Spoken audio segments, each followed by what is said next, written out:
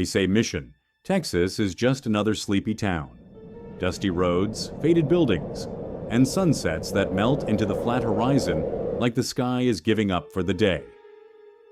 To most people, it's forgettable. But to me, it's a place I'll never escape. Not because I want to stay, but because something there won't let me go. It all started like any other late-night cruise. My best friend Danny and I had a habit of heading out after midnight when the world was quiet, and the heat finally gave us a break. We weren't looking for trouble, just space to think, music to ride to, maybe a gas station burrito if the mood hit. Danny's old red Chevy pickup had seen better days, cracked leather seats, rattling speakers, and a faint scent of motor oil that never seemed to fade. But it was ours. That night the windows were down, the radio was low, and the air was thick with that dry Texas warmth. We were laughing about girls, school, and who could finish a hot dog in fewer bites. It was stupid, but it was our kind of stupid. Then it happened. A blaring horn so deep it felt like it came from inside my chest. Not the kind of honk you hear when someone's annoyed. This was angry, desperate, like something was warning us. We both snapped around, me looking over my shoulder, Danny jerking the wheel a little too fast. Behind us, coming fast, was a semi-truck, massive, black, headlights like floodlights, glaring through the rear-view mirror and making it impossible to see its details. It was tailgating hard, barely a car's length behind us, and it didn't slow down. The horn blared again, longer, sharper, closer. Danny cursed under his breath and swerved toward the expressway. The tires screeched as we curved hard, barely making the ramp. A gas station glowed faintly in the distance, flickering like a weak beacon. We pulled in fast, parking across a pump lane sideways, adrenaline spiking through our veins. Silence. We looked behind us, and the road was empty. Completely empty. No headlights, no engine, no tires rolling away. Just the buzzing of the gas station lights and the sound of our breathing, fast and shallow. Danny stepped out, circled the truck. No scratches, no signs of impact. I followed, walking to the edge of the lot, straining my eyes down the highway. Nothing. No hum of a distant engine, no truck, just darkness swallowing up the world again. We didn't talk much after that, just got back in the Chevy and drove home in silence. But that silence wasn't peace. It was a question neither of us wanted to ask out loud. What the hell did we see? The next morning, curiosity clawed at me. I couldn't shake the image of that truck, the weight of its presence. I opened my laptop and typed it in. Phantom Semi-Truck, Mission TX. At first, nothing serious, just trucker stories, local gossip, your usual Reddit rabbit holes. But buried deep in forums and comment sections were whispers, people describing almost the same thing.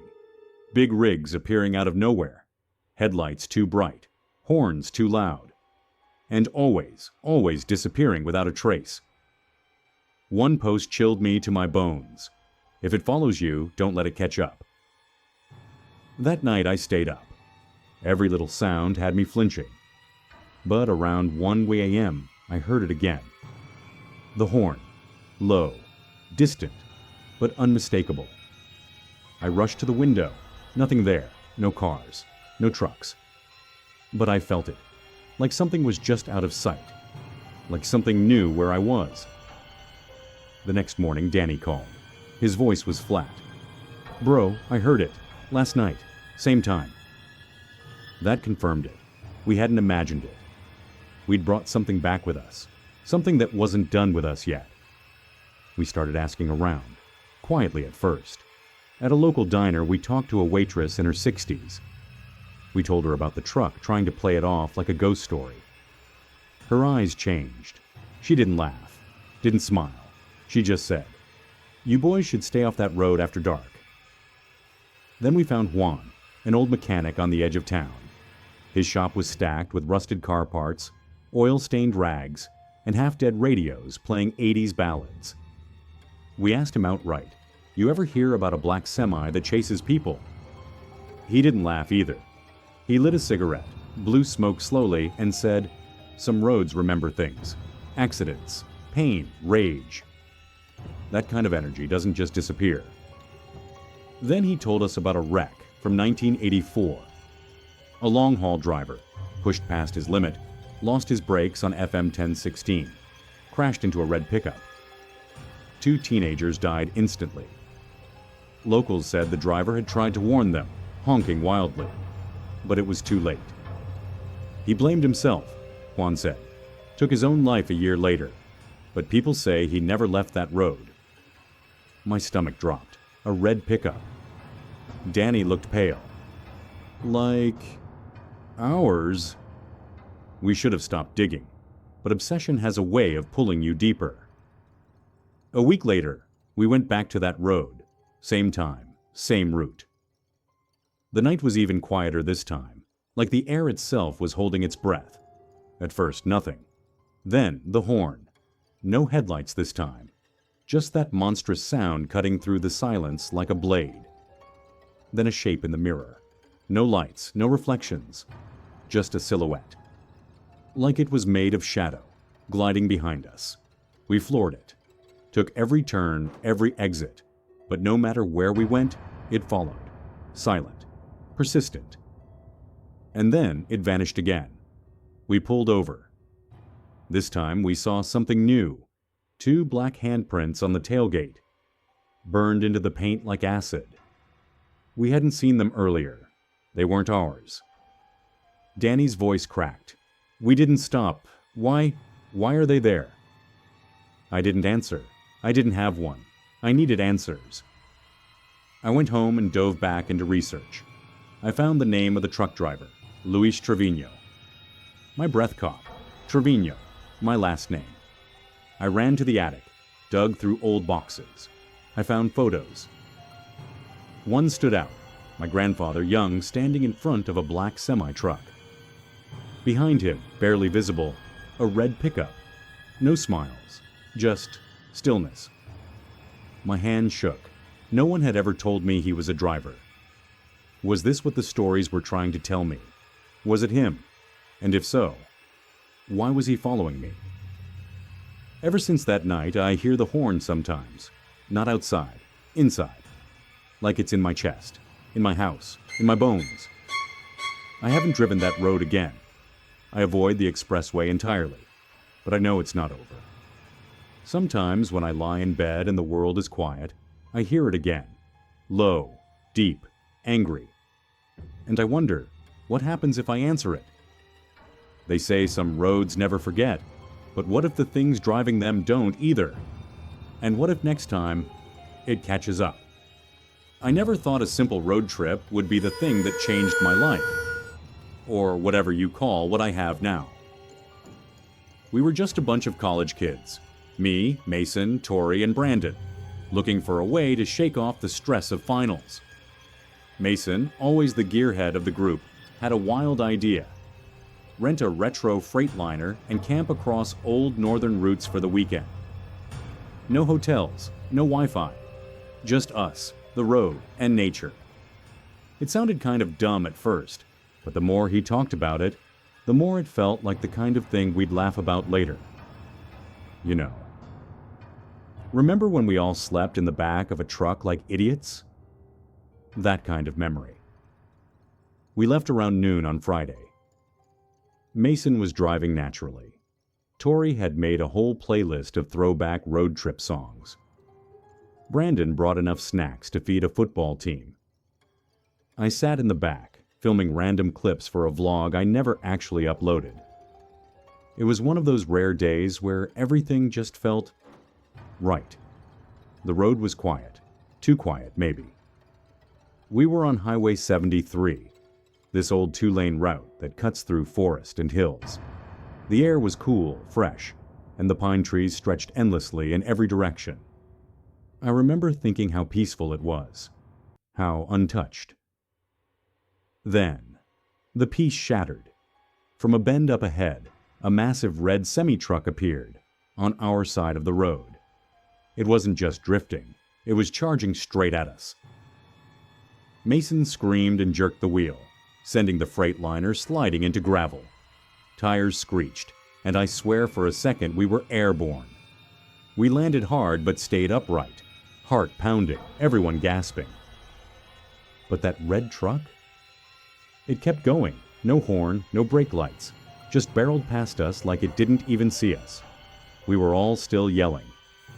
Tori asking if anyone had gotten the plate number, Brandon cursing up a storm. Mason just stared into the rearview mirror, his knuckles white on the wheel. That's when the truck did something wrong. It swerved into a U-turn, hard. Tires screamed against asphalt. And then it started following us, fast. No headlights, no honking. Just a massive red machine gaining speed behind us in total silence. Mason floored the gas. What the hell does this guy want? At first we thought it was just some psycho. Maybe road rage, maybe a joke. But the faster we went, the closer the truck got. 60, 70. Still closing the gap.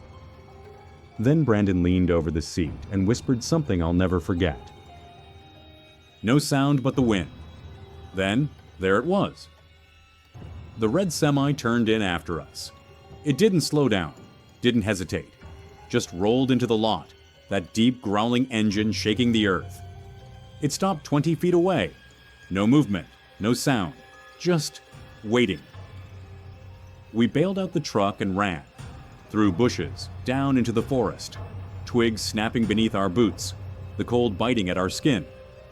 We ran until the engine faded behind us, until the world was nothing but trees and darkness.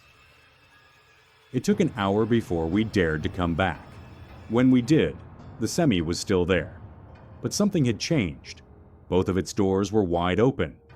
And on the metal steps leading up, bloody footprints, barefoot, human but wrong, toes too long, nails like claws, as if something had tried to mimic human feet and failed. We didn't get closer, just drove, fast, silent. We didn't talk again until we hit a town 2 hours later. Found a cheap motel and locked the doors. The others tried to sleep. I couldn't, not after what we saw.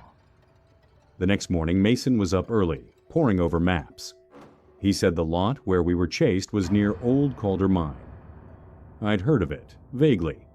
One of those places kids dare each other to visit on Halloween. What about it? I asked. He looked pale. It was shut down after a gas explosion in '87. 13 miners went missing.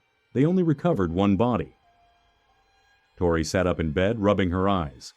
Wait, Calder, as in Calder Doyle. I felt a chill. Calder Doyle was a name I hadn't heard in years. Local legend. A long-haul trucker who vanished in the '90s. People said he used to run fuel down into illegal mining tunnels at night. His truck was found torched on that same stretch of road. No driver, no bones, nothing, except his boots, perfectly intact, sitting on the steps. Brandon jumped on his laptop and found something, an old trucking forum post from 2009. A woman claimed her father told her to never stop on Highway 73 if she saw a red semi. She ignored him. That same night, she and her boyfriend were forced off the road by a red truck. No driver, no plates, no sound, just headlights and smoke. Her last sentence was chilling. Something got into the car, but nothing ever opened the doors. There were no replies to the post. We should have left it alone. But Mason said we had to go back. Just one more time, he insisted. We need to know. So, against every instinct, we drove back. The road was even quieter than before. Sunlight didn't feel warm anymore. The air was thicker. The trees seemed darker. The red semi wasn't there, but in the same dirt lot, just off the gravel. A single boot, old, burnt, resting perfectly upright. Brandon picked it up, froze. "This is your flannel," he said. Inside the boot was a torn strip of Mason's shirt. the exact same one he was wearing, except his was still intact. We checked. A piece was missing from the back. Something had taken it, without him knowing. That night, Mason didn't sleep. None of us did. The next morning, we found our truck's front grille covered in ash, and something scratched into the hood. Still driving, still burning, still hungry. We left the Freightliner at a mechanic shop and took a bus back home. Thought it was over. It wasn't. A few nights later, we all got voicemails. Silence. Then the faint rumble of an engine. A deep, slow growl. In every message. No number, no ID. Just that sound. I got a picture next. It was me, asleep, in the Freightliner. Only I hadn't been in it for days. I checked the dash cam remotely. At 2:17 a.m., the interior lit up. A figure climbed into the driver's seat, barefoot, long clawed toes.